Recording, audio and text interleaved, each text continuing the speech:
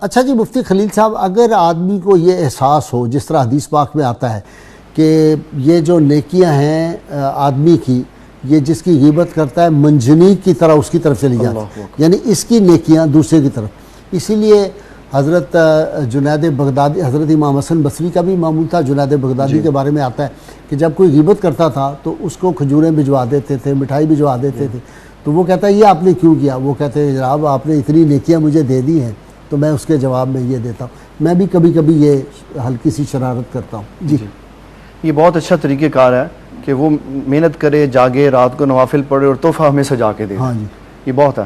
حضور صلی اللہ تعالیٰ علیہ وسلم آپ ایک دن تشریف لے گئے 8 سال کے بعد احد کے شہداء کی قبروں اور ان کے مزاروں پر. ٹھیک. وہاں آپ نے کھڑے ہو کے ان سے کہا کہ اب میں تمہارے سارے اعمال کا پیشوا بن کے اللہ کی بارگاہ میں حاضر ہونے والا ہوں. واہ، تمہاری میری ملاقات حوض کوثر پر ہوگی. ہاں یہ خطبہ دیا تھا باقاعدہ ممبر لگا کے وہاں پہ. پھر آقا کریم صلی اللہ علیہ وسلم نے انتہائی باریک بات ارشاد فرمائی، مانا والی.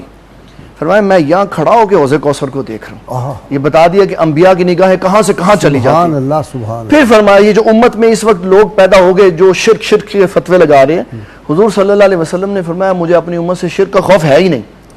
ساری بات ہی ختم کر دی، سب کو لا کے اللہ کی بارگاہ میں جھکا دیا.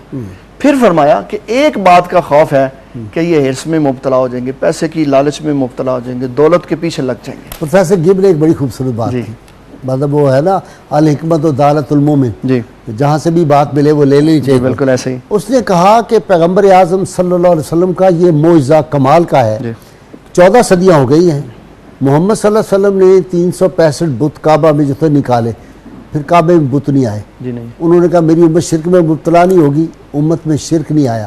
البتہ یہ جو مال پانی ہے اس نے بڑا خراب کیا ہوا ہے. اس کو پھر سمیٹا اس طرح جاتا ہے کہ غازی صاحب لوگوں کا مال ہڑپ کر کے ہضم کر کے بیت الخلا سونے کے بنا لیے جاتے اور پیسہ ادھر لگا دیا. آخرت میں نے بہت بری دیکھی ہے. یہ جو لوگ لوٹتے ہیں نا لوگوں کو، میں نے ان کی آخرت ان کو ایسے ایسے عذابوں میں دیکھا ہے کہ یہ کھا کچھ نہیں سکتے.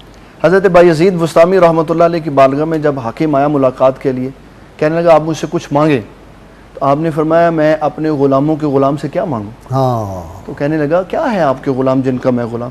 فرمایا ہرس اور لمبی امید یہ دونوں میرے غلام ہیں اور تو ان کا غلام. تو ان کا تو پیچھے پڑا ہوا ہے کہ میں اب یہ کروں گا، اب میں یہ کروں گا، اور تیرے پاس وقت کوئی نہیں ہے اور تجھے پتہ نہیں ہے موت نے کب آ. تو وہ جی حضور صلی اللہ علیہ وسلم نے پوچھا، فرمایا صحابہ بتاؤ کہ تمہیں کتنی امید ہے زندگی کی؟ تو ایک صحابی نے کہا حضور میں یہ نماز پڑھی تو اگلی پڑھوں گا. تو فرمایا مجھے تو ایک سجدے کے بعد دوسرے سجدے کی امید نہیں. اللہ. یہ توجہ کروائی کہ جب ہرس آپ اپنے اندر سے نکال دیں گے تو اللہ کی طرف توجہ لگ